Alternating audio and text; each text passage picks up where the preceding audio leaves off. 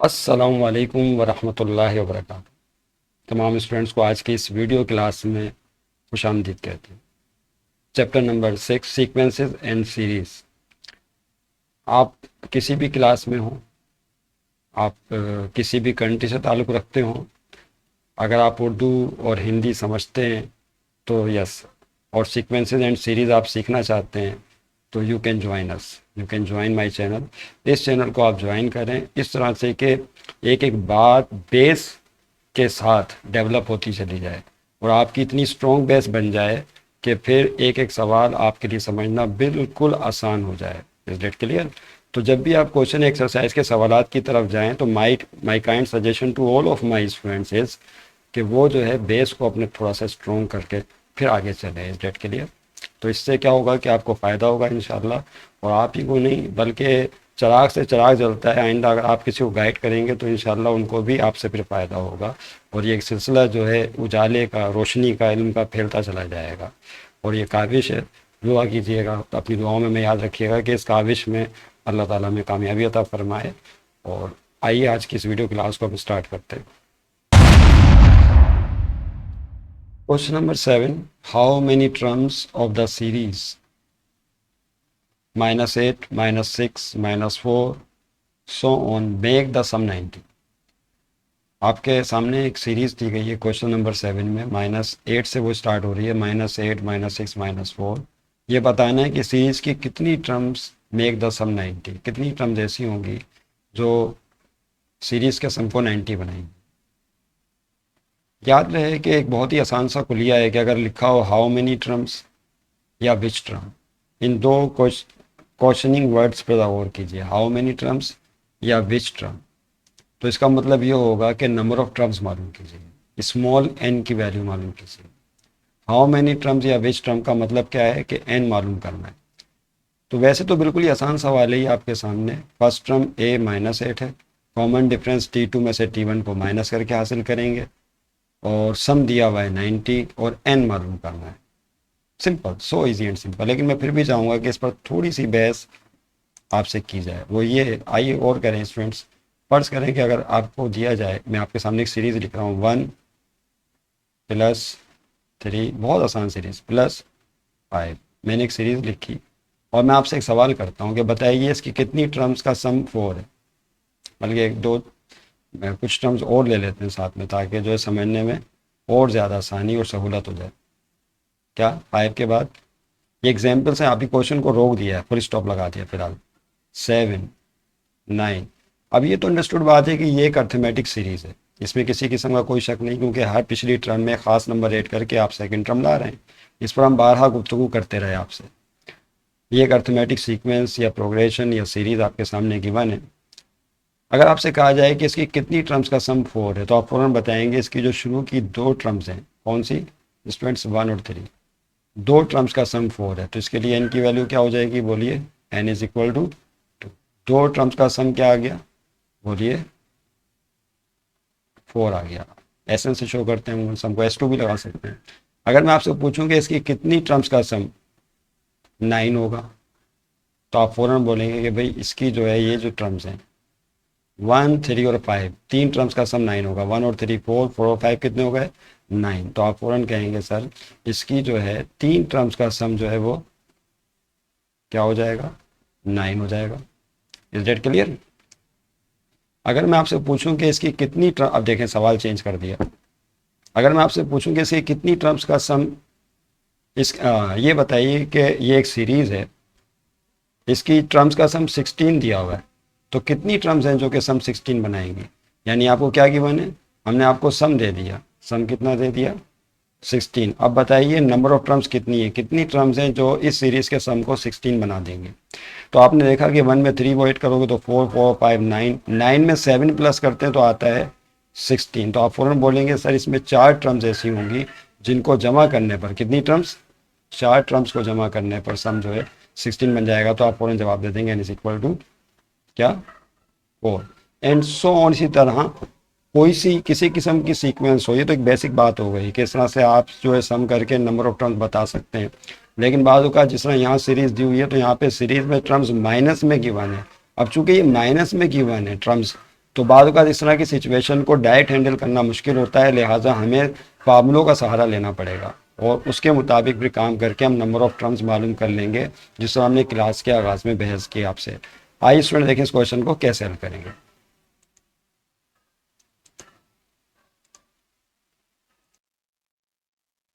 देखिए स्टूडेंट्स, इस क्वेश्चन को समझने का एक पहलू तो हम बेसिक पहलू क्या है वो तो हम समझ गए। अब इसको हल करने की तरफ एक दूसरा पहलू भी है, वो किस तरह से होगा आइए देखते हैं, उस पर भी एक नज़र डालते हैं। जो सबसे सिंपल और सादा है वो ये है, हाउ मेनी टर्म्स का मतलब बताया हमने क्लास के आगाज़ में। जब भी क्वेश्चन में आ जाए हाउ मेनी टर्म्स के कितनी टर्म्स हैं, तो इसका मतलब क्या होता है, इसको अच्छी तरह से तमाम स्टूडेंट रियलाइज़ करें कि एन की वैल्यू हमें कैलकुलेट करनी है। हाउ मेनी टर्म्स का मतलब क्या है स्टूडेंट्स, एन की वैल्यू मालूम करें। हाउ मेनी टर्म्स आ जाए या विच टर्म आ जाए, तो इसका मतलब है स्मॉल एन जो हम इस्तेमाल करते हैं ना फार्मूले में, S N is equal to N upon two, two A plus N minus one D. इसका मतलब ये है स्टूडेंट्स के इसमें हमें एन की वैल्यू कैलकुलेट करनी है। पहली चीज़ तो ये हो गई। दूसरा ये कि ये सीरीज दी हुई एन की वैल्यू कैलकुलेट करने के लिए आपको फर्स्ट टर्म, कॉमन डिफरेंस और सम मालूम होना चाहिए। यस, तो आप देख सकते हैं कि हमें सम भी पता है। ये आपका सम दिया हुआ है 90। Is that clear. ये एस एन की वैल्यू हो जाएगी हमारे फार्मूले में। किसकी वैल्यू हो जाएगी स्टूडेंट्स, एस एन की वैल्यू हो जाएगी। ओके, ये सम हो गया। उसके बाद फिर फर्स्ट टर्म की जरूरत पड़ेगी, तो फर्स्ट टर्म कौन है, ये जो -8 है, this is your first term, ये सीरीज है। फिर कॉमन डिफरेंस की जरूरत पड़ेगी, तो कॉमन डिफरेंस के लिए T2 में से T1 माइनस कर देंगे। तो आप सॉल्व यहाँ से इस तरह से करेंगे, लिखेंगे फ्रॉम गिवन AP, जिसको अर्थमेटिक प्रोग्रेशन भी कहते हैं, अर्थमेटिक सीक्वेंस भी कहते हैं और अर्थमेटिक सीरीज भी कहा जाता है। तो हम सिंपली लिख देते हैं फ्रॉम गिवन सीरीज। ये नीचे एक सीरीज दी हुई है, उसको पिक कर लें। क्या सीरीज है student, you can see here कि -8, उसके बाद -4, फिर है -6 है, सॉरी -6 देन -4। इसको मिटा के मैं दोबारा लिखूँ,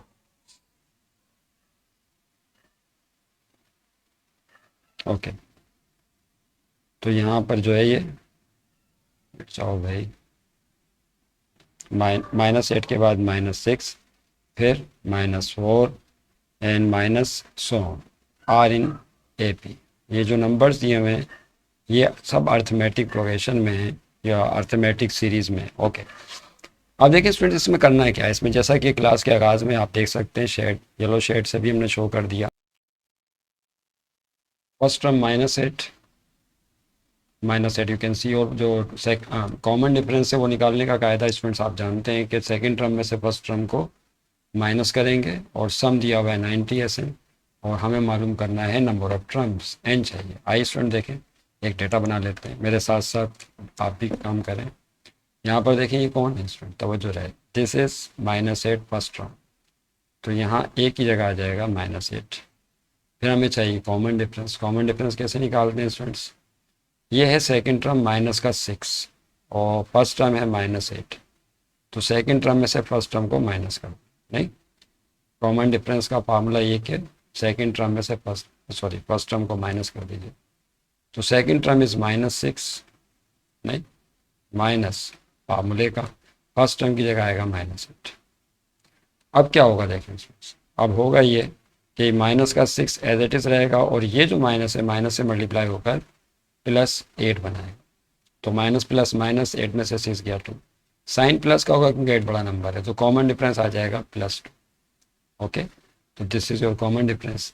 और जो सम है, सम टू n टर्म्स जो है वो 90 क्वेश्चन में आपको गिवन है, और कितनी टर्म्स हम 90 बनाएंगी वो हमें कैलकुलेट करना है। सिंपल है, so easy. By using sum to n term formula क्या करेंगे students, by using sum to n term formula लगाएंगे, जो यकीनन आपने याद कर लिया होगा। क्या फार्मूला है, वो ये है, by using sum to n term formula, by using sum to n terms formula। Okay, देखें अब क्या होगा स्टूडेंट, तवज्जो रहे। Sum to n term formula ये होता है SN is equal to n/2, और फिर है curly bracket start 2a plus n-1 and then d। This is the formula. एक और फार्मूला है, वो लास्ट टर्म जब हो गिवन तब इस्तेमाल करते हैं, तो अभी तो ये इस्तेमाल करना है आपने। Put the values and get the value of n। सबसे पहले स्टूडेंट्स यहाँ पे ऐसे क्या है, इसमें ऐसे सम टू एंड, ये तो क्वेश्चन में गिवन है आपको। सम टू एंड टर्म कितना दिया हुआ है बोले 90 इज इक्वल टू, और फिर एन दो जगह है, एन की जगह एन ही रहेगा, ये तो हमें मालूम करना है, एन तो हमें पता ही नहीं है, तो एन की जगह एन और अपॉन में कौन है 2, और उसके साथ फिर 2 मल्टीप्लाई बाय ए की वैल्यू क्या है स्टूडेंट देखें, जो ए है first term that is -8, you can see here कि ए की वैल्यू जो है वो -8 है, यहाँ से देख लें। ओके, उसके बाद देखिए क्या आगे प्लस n-1, फिर n की जगह n ही रहेगा, -1 और d कॉमन डिफरेंस d भी आप अभी निकाला था +2 है, तो इसकी जगह 2 आ गया। ओके, अब देखें क्या होगा। अब यहाँ पर सॉल्व करने के तो बहुत सारे, मंजिल तक पहुँचने के बहुत सारे तरीके और रास्ते होते हैं, याद रखिएगा, लेकिन जो अक्लमंद अफराद हैं वही हैं जो आसानी के साथ मंजिल तक पहुँच जाएं और दुश्वारियों का भी ज़्यादा सामना ना करना पड़े, तो अक्लमंदी ये है। लिहाजा आप जो है शॉर्टकट रास्ता, शॉर्टकट का ये मतलब नहीं है कि आप स्टेप ही खा जाए, स्टेप नहीं, क्योंकि स्टेप के तो मार्क्स मिलते हैं इम्तिहान में। लिहाजा मतलब कहने का ये है कि अगर आप थोड़ा सा और करें तो यहाँ पे 2 कॉमन निकल रहा है। बात मुख्तसर करते हैं, कहाँ और से देखें, यहाँ पे ये एक एक्सप्रेशन है, दूसरा एक्सप्रेशन ये, इन दोनों में क्या कॉमन है अगर आपसे पूछा जाए तो बोलेंगे 2 कॉमन है। तो यकीन आपकी भी औकाबी निगाहों ने देख लिया होगा कि यहाँ 2 कॉमन है, इधर भी 2 है और यहाँ भी 2 है। इस 2 को बाहर निकालने फ़ायदा ये कि नीचे वाले 2 से 2 कट जाएगा और इक्वेशन का बोझ हल्का हो जाएगा। तो बोझ हल्का कीजिए, इज डेट क्लियर, क्या करें, बोझ को हल्का करें, make the weight less of the equation.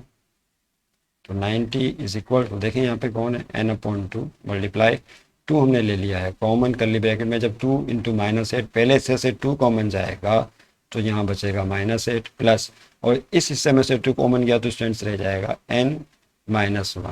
आप चाहें तो स्मॉल ब्रैकेट लगाएं या ना लगाएं, इससे फर्क यूँ नहीं पड़ता है कि ब्रैकेट प्लस साइन से ओपन होगी तो साइनें वही रहेंगी। क्या फ़ायदा हो गया, 2 से 2 गया, देखें मुझे बात को।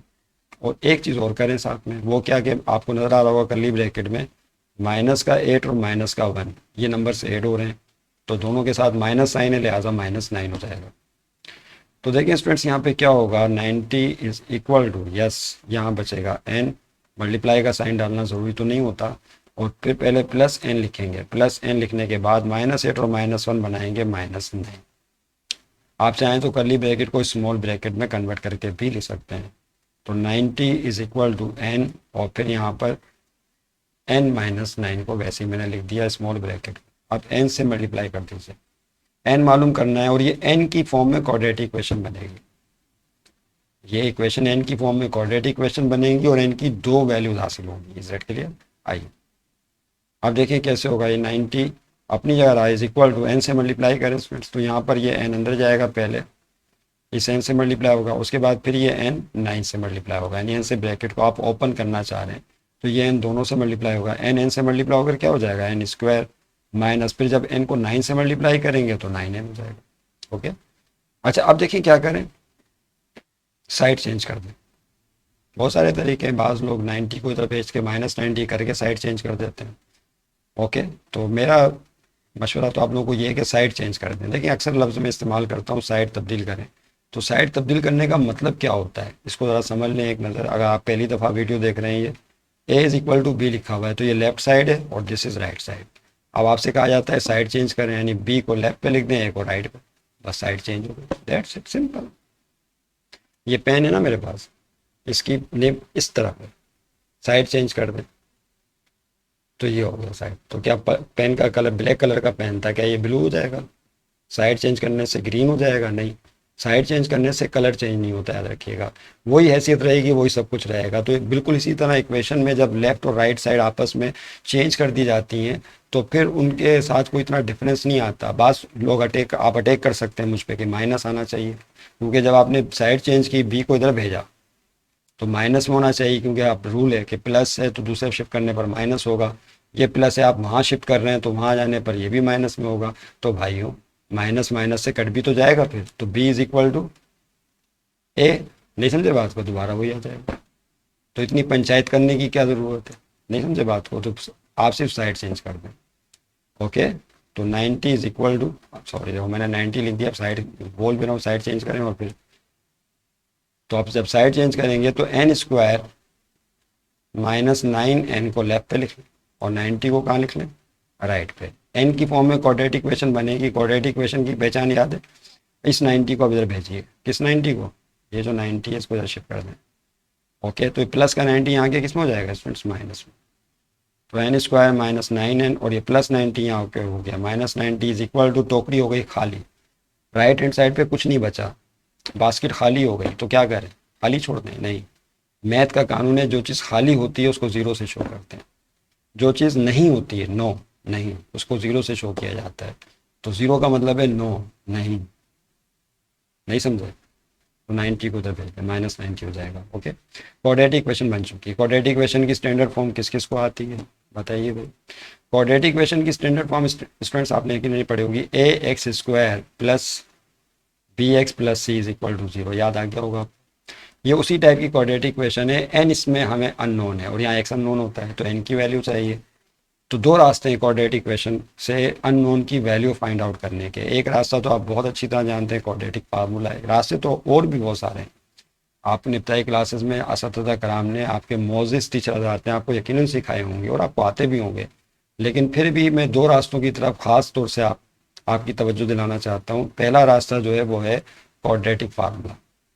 क्वाड्रेटिक फार्मूला इस्तेमाल करें और इसको सॉल्व कर लें। क्वाड्रेटिक फार्मूला ये था, minus B plus minus under root B square minus 4ac upon 2 है।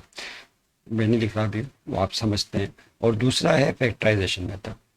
फैक्टराइजेशन मेथड के ज़रिए भी आप एन की वैल्यू निकाल सकते हैं। याद रखिएगा कि क्वाड्रेटिक फार्मूला सदाबहार है, हमेशा कामयाब है। लेकिन फैक्टराइजेशन मेथड में हर इक्वेशन फैक्टराइजेशन मेथड से सॉल्व नहीं की जा सकती, इस डेट के लिए। लेकिन यहाँ पर जो इक्वेशन है ये फैक्टराइजेशन के रूल के मुताबिक सॉल्व हो सकती है, लिहाजा कोई इक्वेशन फैक्टराइजेशन से सॉल्व हो सकती है। तो my kind guidance to all of my students कि आप प्लीज़ फैक्टराइजेशन को अच्छी तरह जज्ब कर लें, सीख लें, क्योंकि ये काम को बहुत आसानी के साथ कर देती है और क्वाड्रेटिक फार्मूले में बहुत टाइम लगता है, इस डेट के लिए। तो यहाँ पर आप जो है क्वाड्रेटिक फार्मूला उससे एहतराज़ करें और फैक्टराइजेशन मेथड को फॉलो करें, ये ज़्यादा बेहतर होगा। आप फैक्टराइजेशन मेथड क्या है उसको जो बिल्कुल नहीं, कोई परेशानी की बात नहीं। अगर आपने इससे पहले फैक्टराइजेशन नहीं सीखी तो अब सीखते हैं। N square minus 9n minus 90 is equal to zero. देखें फैक्टराइजेशन में क्या रूल्स और कवानीन है उसको समझ लें। एन की वैल्यू मालूम कर रहे हैं फैक्टराइजेशन मेथड के जरिए। किसके जरिए स्टूडेंट? चलो नहीं चल रहे, चलो कोई बात नहीं। ओके, फैक्टराइजेशन मेथड के जरिए हम जो है इनकी वैल्यू कैलकुलेट करना चाह रहे हैं। ओके, आइए उसमें सबसे पहला काम क्या करना होता है स्टूडेंट्स, यहाँ पे एन स्क्वायर आपको नजर आ रहा होगा, इसका कोफिशिएंट कौन है, 1। उस कोफिशिएंट को आखिरी नंबर माइनस 90 से आपने रफली मल्टीप्लाई करना है। 1 को किससे मल्टीप्लाई करना है, माइनस 90। ये काम आप रफ में कर लीजिएगा, इस डेट क्लियर। तो ये प्लस माइनस माइनस 90 हो गया। अब ये जो माइनस 90 है, हमेशा यही करते हैं, पहले कोफिशिएंट नंबर को आखिरी कांस्टेंट नंबर से मल्टीप्लाई करके एक नंबर हासिल कर लें। अब इस माइनस 90 के ऐसे फैक्टर बनाएं कि मल्टीप्लाई करने पर माइनस 90 आए, पहली शर्त। दूसरी शर्त, जब उन फैक्टर्स को जमा करें तो मिडल टर्म नंबर -9 आना चाहिए। अब यहाँ थोड़ा दिमाग तो इस्तेमाल करना पड़ेगा, इस डेट क्लियर। तो इतना ज़्यादा भी नहीं इस्तेमाल करना पड़ेगा। -90 के ऐसे फैक्टर कौन से हैं जिनको मल्टीप्लाई करने पर तो -90 आए और जब उनको जमा किया जाए तो माइनस का 9 हासिल हो जाए। 15 6 90, 15। देखें मैं अक्सर कहता हूँ स्टूडेंट से कि आप 20 तक टेबल याद करें, 15 तक याद करें। टेबल अगर आपको अच्छी तरीके से याद होंगे तो फैक्टराइजेशन मेथड आपके लिए बिल्कुल आसान हलवा हो जाएगा, इस डेट के लिए। हम पता है क्यों डिस्टर्ब होते हैं, क्योंकि हमें टेबल याद नहीं है। अगर हमें टेबल अच्छी तरीके से याद हों और अजबर हों तो फैक्टराइजेशन मेथड को हर स्टूडेंट फॉलो करने वाला बन जाएगा और क्वाड्रेटिक फार्मूले से अपने आप को बचाएगा। नहीं समझे बात? तो यहाँ पर -90 के 15 का टेबल पढ़िए। 15 6 कितने होते हैं, 90। यस, तो देखिए यहाँ हमें पता चल गया और फैक्टर ये होंगे, एक होगा 6, कोई सा भी पहले लिख सकते हैं, और एक होगा 15। 15 6 90। लेकिन हमें तो -90 चाहिए। अब यहाँ एक और दिमाग इस्तेमाल करना है। -90 चाहिए तो 6 या 15 किसी एक के साथ माइनस लगाना है। तो याद रखिएगा यहाँ मिडिल टर्म नंबर देखा जाएगा कि मिडिल टर्म नंबर के साथ माइनस है या प्लस है। अगर माइनस है तो 15 जो बड़ा नंबर है इसके साथ फिर माइनस लगा देंगे और प्लस 6 के साथ खुद प्लस हो जाएगा फिर। तो प्लस माइनस माइनस और 15 6 90। पहली शर्त पूरी हो गई। अब यहाँ पे दूसरी शर्त क्या है कि इन नंबर्स को फैक्टर्स को ऐड करें एडिशन रूल के मुताबिक।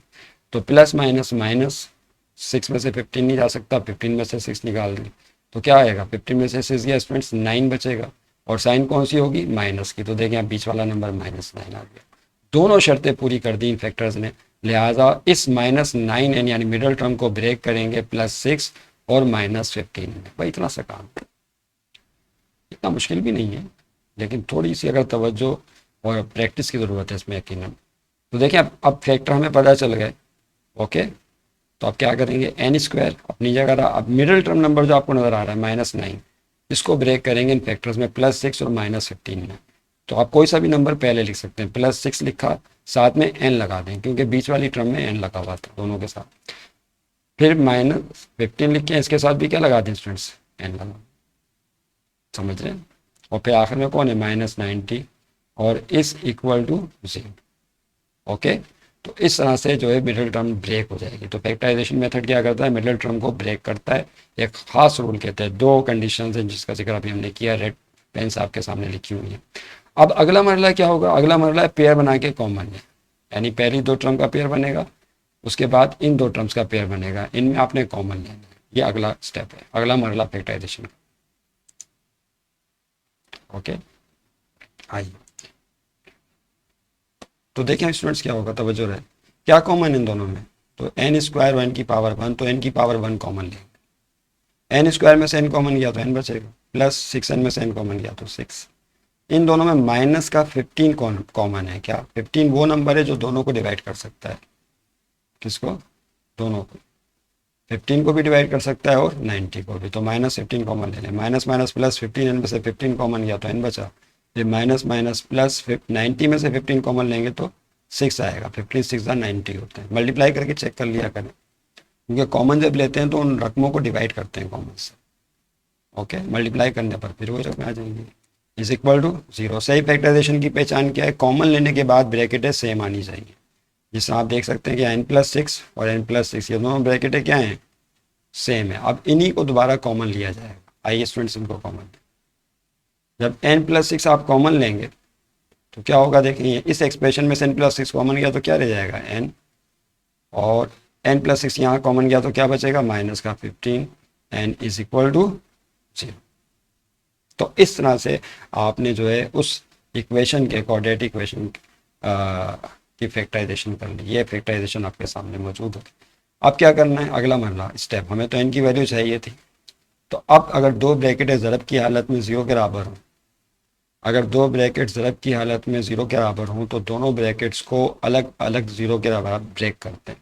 तो यहाँ पे हम स्प्लिट करेंगे और दोनों ब्रैकेट्स को अलग अलग 0 के बराबर लेंगे। यानी आप चाहें तो बीच में एक लाइन डाल दें जो तकरीबन 4 लाइनों को कता या 5 लाइनों को कता करे, और एक तरफ लिखें। बाद लोग आयदर इफ लिखते हैं, बाद लोग इफ आयदर और लिखते हैं, हम इफ लिख देते हैं सिर्फ। If n+6 is equal to 0, यानी ये ब्रैकेट 0 के बराबर ले लें, और दूसरी तरफ भी if n-15 is equal to 0, अगर n-15 0। तो आप देखें यहाँ से n की वैल्यूज फाइंड आउट करेंगे। तो अब यहाँ क्या होगा स्टूडेंट्स, आप जानते हैं कि ये जो +6 है इसको इधर भेज और यहाँ पर -15 को उधर शिफ्ट कर दीजिए, तो n की वैल्यू फाइंड आउट हो जाएगी। तो n की वैल्यू यहाँ से आएगी -6 और यहाँ से n की वैल्यू आएगी 15। ओके, अब गौर से देखें, यहाँ पर n की दो वैल्यूज आ गई, तो क्या दोनों जवाब दुरुस्त हैं, तो जवाब है नहीं। इनमें से एक जवाब डिस्कार्ड कर दिया जाएगा, डिस्कार्ड हो जाएगा, वो कबूल नहीं, एक्सेप्टेबल नहीं है, नॉट पॉसिबल है।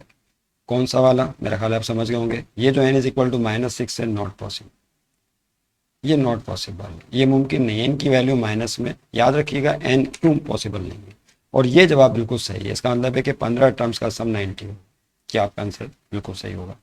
ये क्यों पॉसिबल नहीं है, इस पर थोड़ी सी बात कर लेते हैं। क्योंकि जो n है टर्म्स की तादाद है, ये जो तादाद है ना तो ये माइनस में होती है और ना ही डेसिमल पॉइंट में होती है। इसकी मिसाल है, अगर फर्ज कर लें कि आपसे, या किसी और की मिसाल ले लेते हैं, किसी शख्स से कहा जाए कि भाई जाके दुकान से +6 अंडे लेकर आओ। कितने अंडे लेकर आओ, +6। वो जाएगा दुकान पर और 6 अंडे खरीद, दुकानदार से बोलेगा मुझे 6 अंडे दे दीजिए, 6 अंडे खरीद के ले आएगा। लेकिन कभी ऐसा हुआ कि कोई शख्स जाए और दुकानदार से बोले कि मुझे -6 अंडे दे दो, कितने, -6x, तो दुकानदार परेशान हो जाएगा, भाई ये 6 तो समझ में आ रहा है, ये -6 क्या होता है, माइनस झंडे क्या होते हैं। यस, तो याद रखिएगा तादाद कभी भी माइनस में नहीं होती। ओके, यही वजह है कि एन की वैल्यू ना तो माइनस में होती है और ना ही डेसिमल पॉइंट में। तादाद कभी पॉइंट में भी नहीं होती। ऐसा भी नहीं हो सकता कि आप कोई शख्स बोले कि भाई मुझे 6.5 अंडे चाहिए, 6.5, ऐसा हो सकता है? कभी आप लाए दुकान से 6.5 अंडे?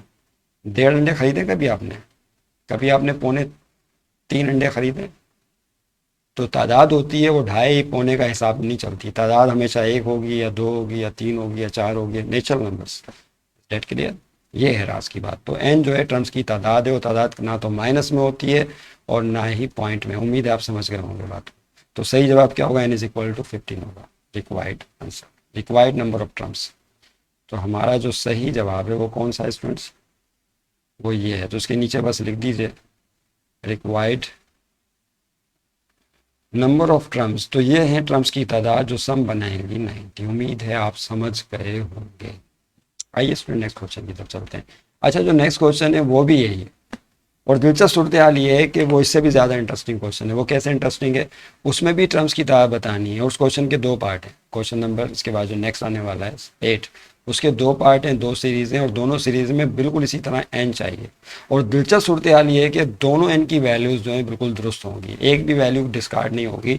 तो उन्होंने पूछा है कि बताइए कि दोनों वैल्यूज़ एन की कैसे एक्सेप्टेबल है। हालांकि यहाँ पे तो आपने डिस्कार्ड कर दी थी, इसका मतलब वहाँ पे एन की वैल्यूज़ दोनों प्लस में आएंगी। अगर प्लस में आएंगी तो ये अजीब सूरत हाल है। आइए और करते हैं सूरत हाल पर अगले सवाल में कि कैसे होगा। क्वेश्चन नंबर 8 स्टूडेंट्स, ये आपके सामने स्क्रीन पर। How many terms of each of the series. देखिए यहाँ पे फिर वही लफ्ज़ आया है, how many terms. How many terms का मतलब क्या है? टर्म्स की तरह बताएं। How many terms of each of the series. नीचे 2 क्वेश्चन है, एक नहीं 2 हैं। पहला पार्ट है 21 + 18 + 15 सीरीज पर मबनी है। दूसरा जो है दूसरी सीरीज -9 -6 -3 एंड सो ऑन। तो ये डबल क्वेश्चन है, दोनों को अलग अलग हैंडल करेंगे हम। दोनों में क्या बताना है? Must be taken to amount to 66। बताइए इन दोनों सीरीज में कितनी टर्म्स का सम जो है 66 होगा। तो यहाँ पे सम 66 लेना है आपने दोनों सीरीज के लिए और एन की वैल्यू बतानी है। लेकिन जैसा कि बताया आपको पिछले सवाल में कि यहाँ पे एन की दोनों वैल्यूज़ पॉजिटिव इंटीग्रल वैल्यूज़ आएंगी और एन की वैल्यूज़ काबिल कबूल हैं। तो एक ही सीरीज़ के लिए एन की 2 मुख्तलिफ वैल्यूज़ कैसे आ सकती हैं जबकि सम 66 ही बनेगा? ये अजीब सूरत हाल है, दिलचस्प। आइए देखते हैं कैसे।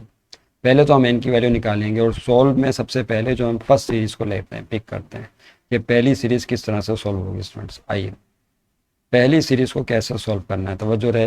ये पहली सीरीज़ को हम कैसे सॉल्व करेंगे, ठीक? ओके, ये आपके सामने सवाल मौजूद है। तो देखिए यहाँ पर फिर से देख लें स्टूडेंट्स। हाउ मेनी टर्म्स का मतलब तो आप समझ गए कि एन बताना है। फ्रॉम पहले ये वाली सीरीज़ ले रहे हैं, कौन सी? This one. पहले हम इस सीरीज़ को सॉल्व कर रहे हैं, तवज्जो रहे ये। और सम कितना है ये तो आपको दिया हुआ है 66 और एन आपको मालूम था। बाकी क्वेश्चन पिछले सवाल की तरह सॉल्व होगा। तो चूंकि जगह तंग हो रही है लिहाजा सोल्यूशन में लिखेंगे फ्रॉम गिवन सीरीज। पहला पार्ट कर रहे हैं सॉल्व, कौन सा students? First part, from given series. ये अर्थमेटिक प्रोग्रेशन लिख लें। ओके, क्या है बोलिए? 21, उसके बाद 18 था, फिर 15, 21 + 18 + 15 + 100। ओके, आइए स्टूडेंट्स हमें एन बताना है टर्म्स की तादाद के। कितने टर्म्स की तादाद जो है इसका सम 66 बनाएंगे जैसा कि यहाँ पे लिखा हुआ है। ओके, ए कौन है बोलिए? What is A here? तो यू कैन सी कि ए जो है वो 21 है। What is common difference? मैं थोड़ा चेंज कर दूँ colour. A is equal to first term है 21, कॉमन डिफरेंस क्या है? तो आप बोलेंगे T2 - T1।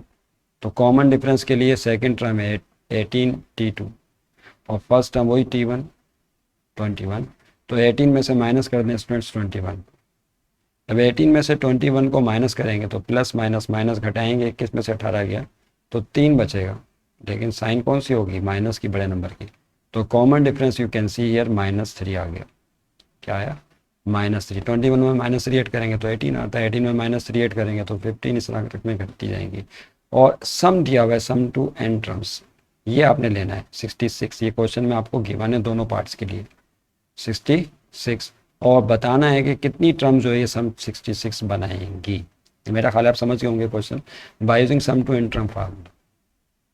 वही तो है, इसमें क्या समझना है अब, बल्कि आपको चाहिए कि मुझसे पहले आप इसको हल कर लें। S N is equal to N upon two है प्लस, जिस दिन आपने मुझसे पहले क्वेश्चन सॉल्व कर लिया, और इंशाल्लाह कर लिया होगा या कर रहे होंगे, तो अगर कर लिया जिन जिन तलबा ने, तो उनके लिए खुशखबरी है कि इसका मतलब है कि उन्होंने चीज़ों को पिक कर लिया और रूल से आशनाई हासिल कर ली। बड़ी बात है। आइए, एस एन सम की जगह क्या आएगा स्टूडेंट्स, ये आएगा 66। ओके, एन की जगह तो मालूम करना है, एन की जगह एन ही रहेगा, पता नहीं क्या है तो निकालेंगे, दो आएंगी वैल्यूज एन की, पता है, ये पता है। 2 मल्टीप्लाई बाय ए की जगह फर्स्ट टर्म है 21, तो यहाँ पे स्टूडेंट्स लिखेंगे 21 plus N minus one D, N की जगह फिर एन फार्मूले का -1 और कॉमन डिफरेंस डी की वैल्यू है -3, ठीक है, तो उसकी जगह क्या आ जाएगा -3 क्लोज। ओके, अब देखिए क्या होगा स्टूडेंट, तवज्जो रहे, यहाँ फिर यहाँ पे तो कॉमन नहीं निकल रहा, कॉमन डिफरेंस -3 है, हाँ ठीक है। ये जो 2 आपको नजर आ रहा है स्टूडेंट्स, कौन सा वाला 2, कौन सा वाला 2, ये वाला 2, इसको उधर भेज दें।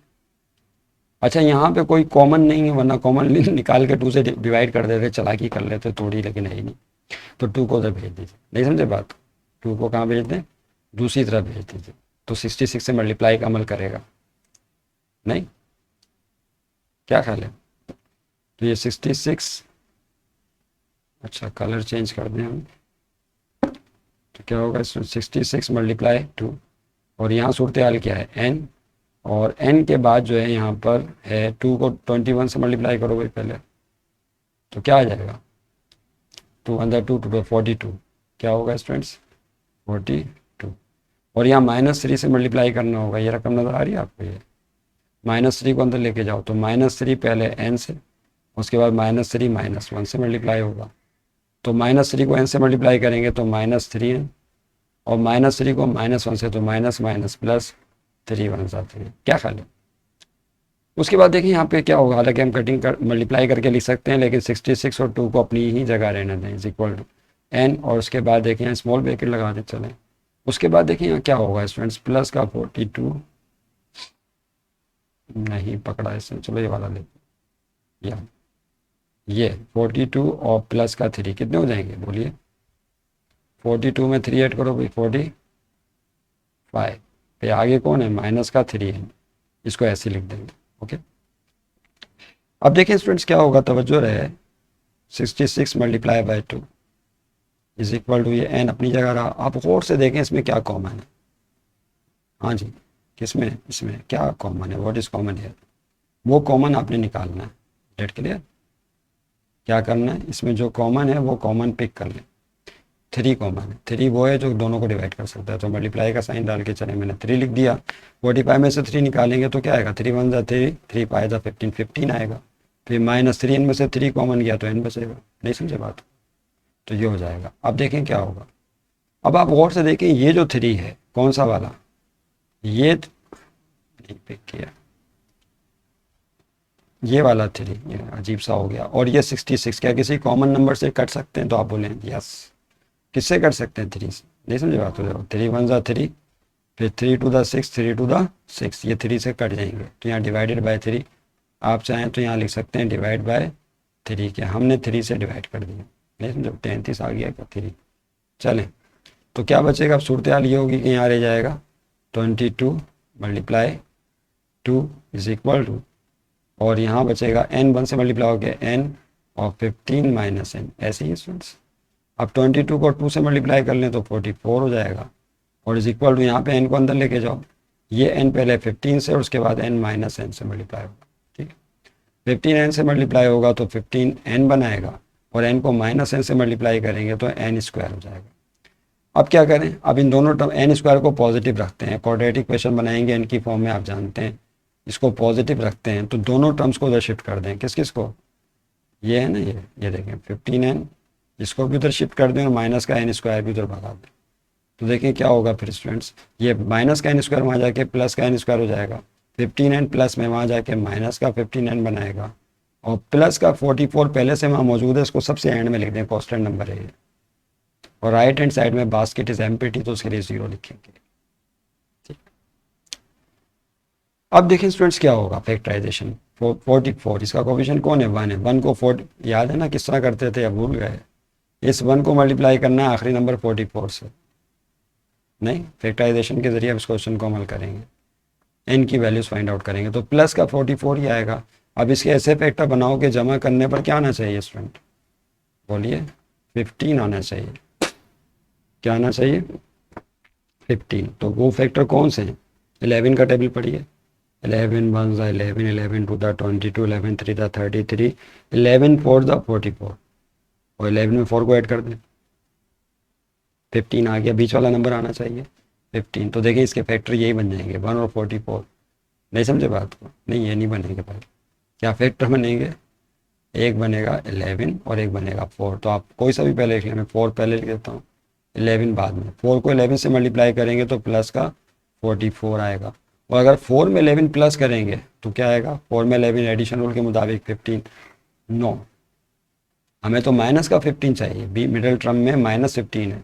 तो आप क्या करें, हो गई ना गड़बड़। तो अब क्या करना होगा, कोई गड़बड़ नहीं हुई। आपने सिंपली क्या करना है स्टूडेंट्स, यहाँ भी माइनस लगा दें और यहाँ भी माइनस लगा दें। अभी भी माइनस माइनस प्लस होगा मल्टीप्लाई करने पर, पहली शर्त पूरी हो गई। और यहाँ भी माइनस और यहाँ भी माइनस, तो माइनस एडिशन रूल के मुताबिक माइनस माइनस प्लस 15 ही आएगा, और साइन बड़े नंबर की। नहीं समझे बात को। इसका मतलब है कि फैक्टर क्या बनेंगे, -4 और -11 बनेंगे। तो मिडल टर्म नंबर को ब्रेक कर दें किसमें, -4 और -11 में। उम्मीद आप समझ गए होंगे। तो देखें क्या हो जाएगा, एन स्क्वायर, तो पहला फैक्टर कोई सा भी लिख सकते हैं, -4 साथ में एन लगाना होगा, don't forget to put N with 4। फिर है -11 एन, और आखिर में जो है +44 नंबर है उसको तो लिखना होगा, इज इक्वल टू 0।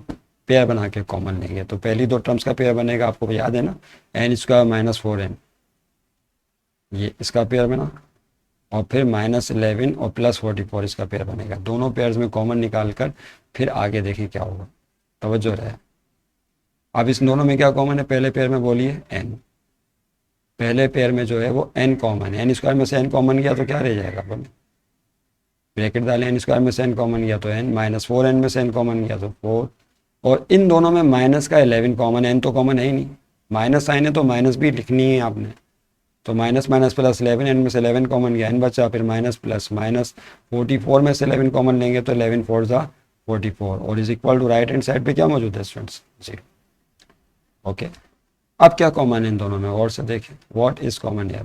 तो यू कैन सी के n-4 n-4 ये दोबारा ब्रैकेट है, कॉमन निकल लेंगे, कॉमन निकाल दीजिए, तो यहाँ क्या रह जाएगा n, और यहाँ पे माइनस का 11। तो देखें क्या सूरत हाल होगी स्टूडेंट्स, n-4 आपने ले लिया है कॉमन, तो दूसरी ब्रैकेट में कॉमन लेने के बाद n-4 जब इस हिस्से से गया तो n बचा, और इस हिस्से से n-4 कॉमन गया तो 11 बचा, इज इक्वल टू 0। अब स्प्लिट करेंगे, फैक्टराइजेशन कंप्लीट हो गई। दो ब्रैकेट ज़रब की हालत में 0 के बराबर हों तो दोनों ब्रैकेटों को अलग अलग 0 के बराबर लेते हैं। ओके, आइए इस बात को जहन में फंसा लें। अब देखें क्या होगा, ये एक लाइन डाल दीजिए यहाँ पर, यहाँ लिखें इफ़, पहले कौन है बोलिए n-4, इसको 0 के बराबर ले लें, और इफ़ इसके बाद दूसरी ब्रैकेट n-11, इसको भी 0 के बराबर लेना होगा। तो यहाँ से n की वैल्यू क्या आ जाएगी, -4 को इधर शिफ्ट कर दें तो -4 यहाँ जाके +4 हो गया, और यहाँ से n की वैल्यू क्या आएगी, -11 को राइट पे शिफ्ट कर दें +11। ओह, ये तो दोनों वैल्यूज़ पॉजिटिव आ गई, कोई भी निगेटिव नहीं है ना पॉइंट में, तो इसका मतलब है दोनों सब दुरुस्त हैं।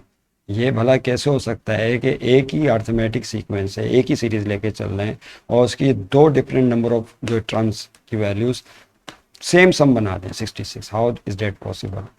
अब उस एक्सप्लेन कर रहे हैं, जब आपको दोनों कीमतें सही हैं, रिक्वायर्ड नंबर 4 टर्म्स का सम भी 66 बनाएगा और 11 टर्म्स का सम भी 66 बनाएगा। याद रहे, 4 टर्म्स को जमा करेंगे तो क्या आएगा, 66 आएगा, और 11 टर्म्स को जमा करेंगे तब भी 66 ही आएगा।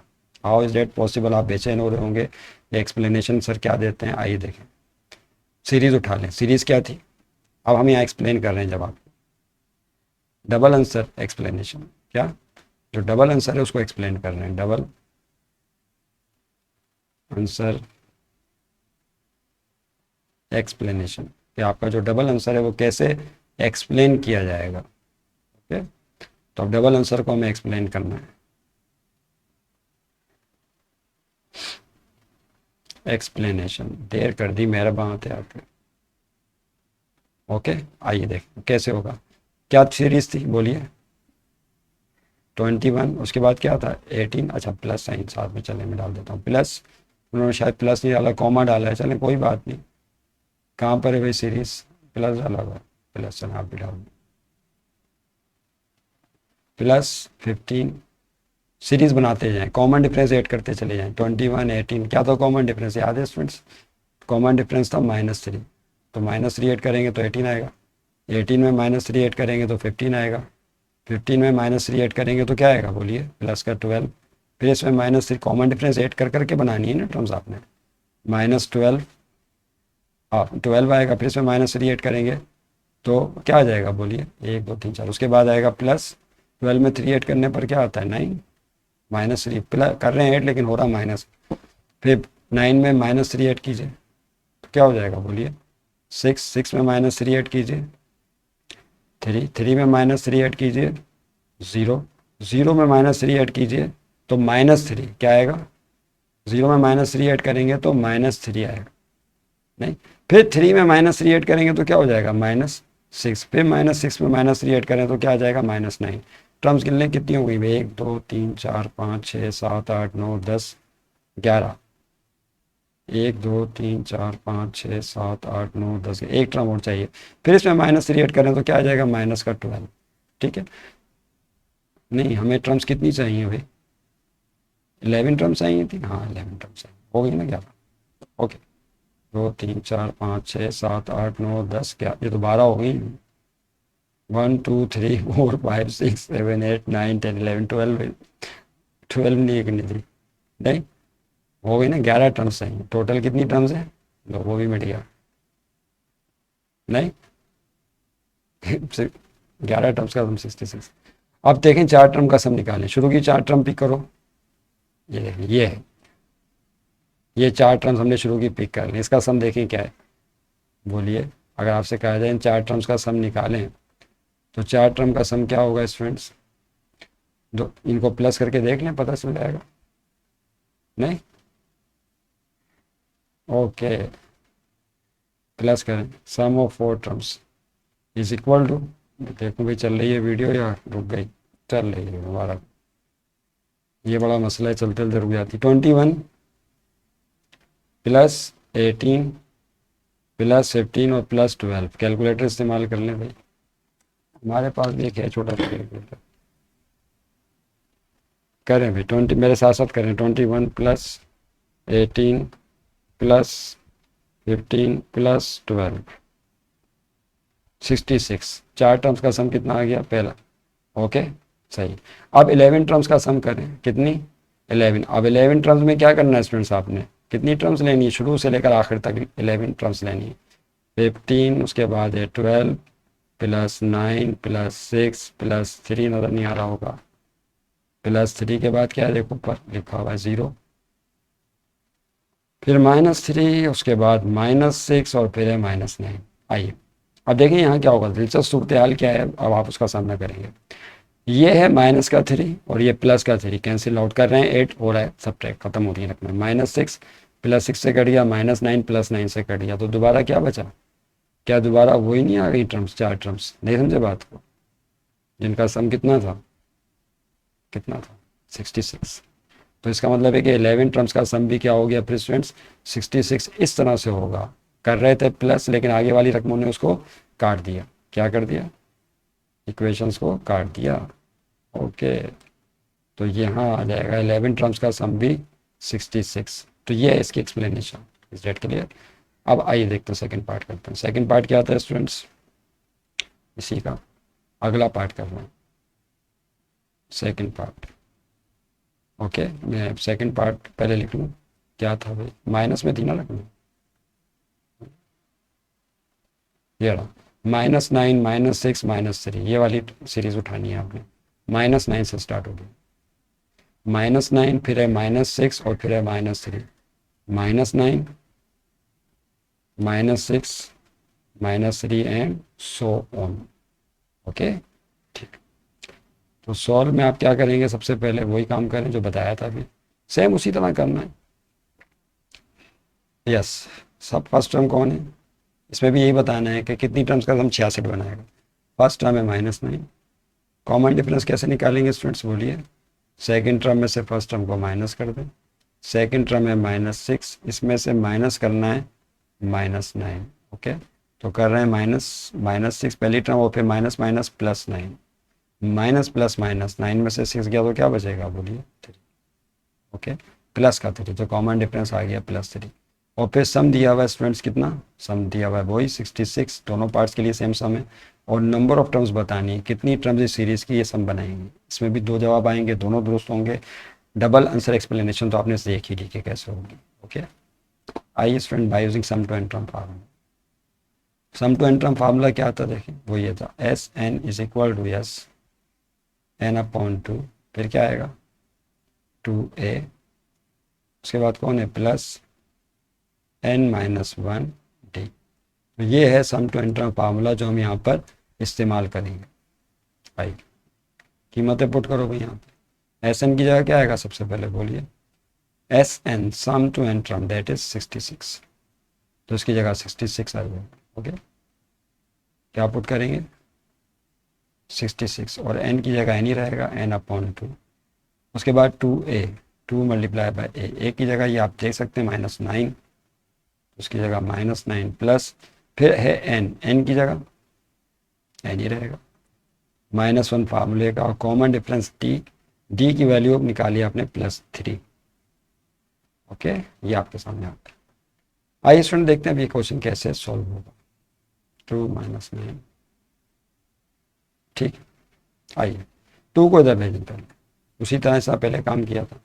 2 यहाँ मल्टीप्लाई में चला गया, n बचेगा, और यहाँ 2 को -9 से मल्टीप्लाई करें तो प्लस माइनस माइनस 2 9 18, और यहाँ हम उसी तरह 3 से करें तो 3 अंदर जाएगा पहले n से, फिर 3 -1 से मल्टीप्लाई होगा। तो देखिए स्टूडेंट्स क्या हो जाएगा, +3 को n से मल्टीप्लाई करेंगे तो 3n, और फिर -3, ऐसे ही।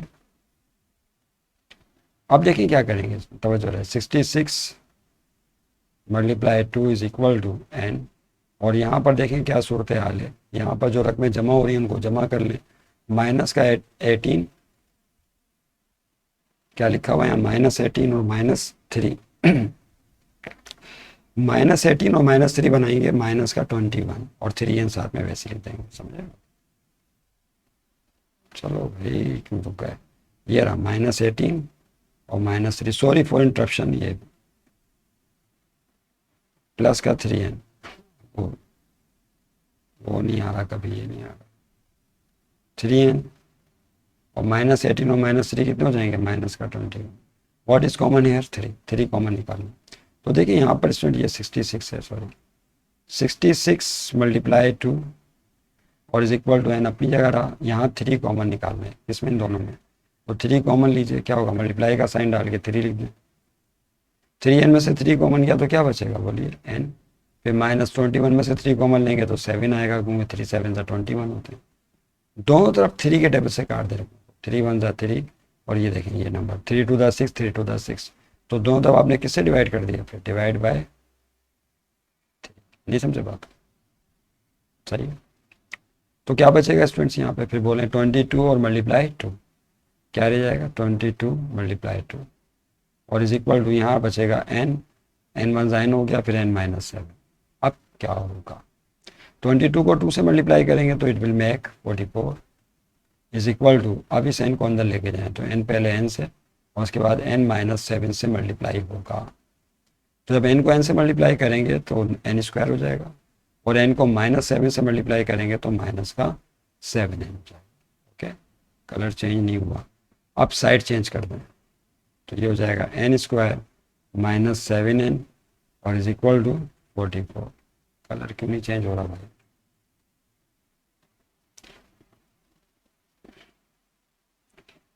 चलो हो गया। तो ये देखें यहाँ पे क्या था, n² -7n, और फिर साइड चेंज कर दी तो n² 7n is equal to 44। ऐसे ही साइड चेंज की, इसमें साइनें तब्दील नहीं होती। उसके बाद 44 को लेफ्ट पे भेज दीजिए ताकि क्वाड्रेटिक इक्वेशन बन जाए। N square minus 7n, 44 plus का जब लेफ्ट पे जाएगा तो किस में जाएगा, students minus. Is equal to right पे टोकरी हो गई खाली। अब -44 के ऐसे फैक्टर बनाओ कि जब मल्टीप्लाई करने पर -44 आए, ऐड करने पर -7 आना चाहिए। तो मेरा ख्याल है आप समझ गए होंगे कि वो क्या फैक्टर होंगे। तो इसका कोएफिशिएंट 1 है, 1 को आखिरी नंबर -44 से मल्टीप्लाई करें तो ये बनेगा माइनस का 44। अब इसके ऐसे फैक्टर बनाओ, किसके, -44 के। इसके आप ऐसे फैक्टर बनाएं कि मल्टीप्लाई करने पर तो -44 आए, लेकिन ऐड करने पर बीच वाला नंबर आना चाहिए -7। तो क्या बनेंगे स्टूडेंट्स, वो फैक्टर ये बनेंगे, एक बनेगा 4 और एक बनेगा 11। 11 4 ज़ा 44, लेकिन हमें माइनस का 44 चाहिए तो किसी एक के साथ माइनस लगाना है। तो वही है बीच वाला टर्म, मिडिल टर्म नंबर देखो इसके साथ कौन सी साइन है, माइनस की। तो फिर बड़े नंबर के साथ माइनस लगाओ, नहीं समझे बात को, माइनस, और इसके बाद प्लस हो जाएगा ऑब्वियसली। प्लस माइनस माइनस, पहली शर्त पूरी। और दूसरी शर्त क्या है, +4 और -11, इन पर एडिशन रूल लगाएं तो प्लस माइनस -11 में से 4 गया 7, साइन माइनस की दूसरी शर्त भी पूरी। तो बस दो फैक्टर बन गए। लिहाजा अब इस मिडल टर्म को ब्रेक करना होगा इन फैक्टर्स में। क्या करेंगे, जो मिडल टर्म है -7n नज़र आ रही है, इसको इसमें ब्रेक कर दीजिए मिडल टर्म को। नहीं समझे बात, चलो भाई चलो, इसमें आप इसको ब्रेक कर दो। नहीं हो रहा भाई, चलो ऐसे ही हम सीधे कर देते। तो फैक्टराइजेशन मेथड बहुत आसान मेथड है, और मेरा मशवरा तो सबको यही है कि आप फैक्टराइजेशन मेथड को ही इस्तेमाल करें। और जिन तुलबा ने चैनल को सब्सक्राइब नहीं किया, वो लाल बटन, लाल बत्ती दबा, क्या कहते हैं उसको, रेड कलर का जो है उसको दबा दें। बेल आइकन नोटिफिकेशन के लिए उसको, बेल को भी जो है वो प्रेस कर दें, क्लिक कर दें। और क्या था, अगर लाइकेबल वीडियो लगे तो लाइक कर दें, नहीं लगे तो नहीं करें। इज डेट क्लियर, ये काम साथ साथ कर दिया करें। ओके, देखें बीच वाले नंबर को हम ब्रेक कर दें। आ गया भाई, बड़ी देर कर दी इसने आने में, रंग ने। एन स्क्वायर माइनस, देखिए बीच वाले नंबर को ब्रेक करना है, किसको, -7n, किस में, +4 में और -11। तो यहाँ लिखेंगे +4, साथ में n लगाएंगे, फिर -11 दूसरा फैक्टर है, इसके साथ भी n लगा देंगे। आखिर में माइनस का 44 है, उसको नज़रअंदाज नहीं कर देना, is equal to 0। Okay, pair बना के कॉमन लें। पहले पेयर में क्या कॉमन है स्टूडेंट्स, देखिए अब ये फिर भटक जाएगा, नहीं भटका, ये आपको नज़र आ रही है कम, ये और इन दोनों में आपने लेना है कॉमन। दोनों दो टर्म्स का पेयर बनाएंगे, दो पेयर बन गए, दोनों टर्म्स में अलग अलग जो है आपने कॉमन निकालना है और देखना है कि पहले पेयर में क्या कॉमन है और दूसरे पेयर में। पहले पेयर में n कॉमन, n स्क्वायर में से n कॉमन गया तो n बचा, 4n में से n कॉमन गया तो 4 लेंगे। इन दोनों में माइनस का 11 common, minus minus plus, 11n में से 11 कॉमन गया तो n बचा, माइनस माइनस प्लस, 44 में से 11 कॉमन लेंगे तो 4 आएगा, 11 4 था 44 इज इक्वल टू 0। अब क्या होगा, अब वही होगा जो पहले किया था, n+4 कॉमन लेंगे, क्या, n+4 को कॉमन लेंगे,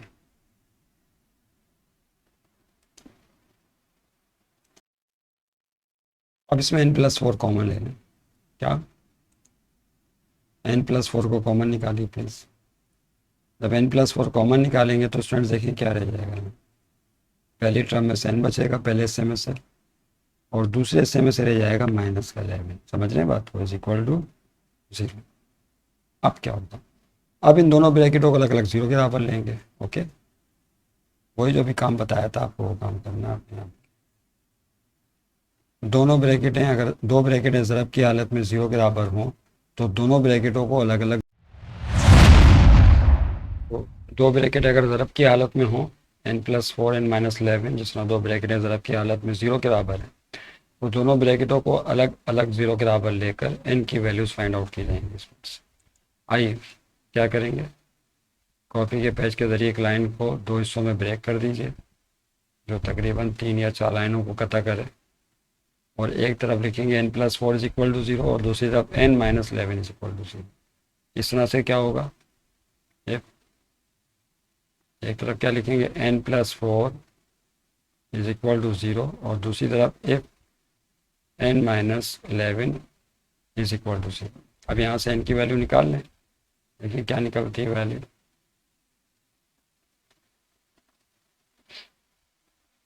यस, ये तो चल ही नहीं रखा है। n इज इक्वल टू, ये प्लस 4 में जाके किस में हो जाएगा, माइनस में। ओ, तो n की वैल्यू तो निगेटिव आ गई, तो डबल आंसर का तो झगड़ा ही खत्म हो गया। और यहाँ से -11 को उधर भेजेंगे तो +11 आएगा। Yes, this is your answer. इसका मतलब ये हुआ कि ये वो क्वेश्चन है कि जिसमें डबल आंसर का झगड़ा ही नहीं है, इसमें एक ही आंसर है, n इज इक्वल टू 11, क्योंकि n की वैल्यू -4 तो हो ही नहीं सकती, तो ये तो नॉट पॉसिबल है। इसको हम डिस्कार्ड कर देंगे इस वैल्यू, ये है नॉट पॉसिबल, क्योंकि n की वैल्यू निगेटिव नहीं हो सकती, लिहाजा इसका तो मामले ख़त्म। n की वैल्यू 11 है। डबल आंसर को वहाँ एक्सप्लेन किया जाता है जिसमें n की दोनों वैल्यूज एक्सेप्टेबल हों, वहाँ एक्सप्लेनेशन होती है कि ये कैसे हो सकता है, इसमें पिछले पार्ट में आपने देखा था। लिहाजा चूँकि यहाँ पर n की एक ही वैल्यू हासिल हुई है 11, तो यही आपका फुल एंड फाइनल आंसर होगा। तो इसमें डबल आंसर एक्सप्लेनेशन की ज़रूरत बिल्कुल भी नहीं है। तो रिक्वायर्ड नंबर ऑफ टर्म्स 11 होंगे, तो ये आपका जवाब होगा। सॉरी, देर कर दी, मेहरबान याद नहीं, जो कलर चेंज किया था अब चेंज हुआ जाके, रिक्वायर्ड नंबर ऑफ टर्म्स, ये हमारा जवाब होगा। तो इसका मतलब है सीरीज़ की 11 टर्म्स को जमा करेंगे तो फिर +66 सम आएगा। उम्मीद है कि आपकी समझ में आ गया होगा स्टूडेंट्स। अपनी दुआ में ज़रूर याद रखा करें, हमेशा जब भी दुआ करें तो हमें ज़रूर याद रखें।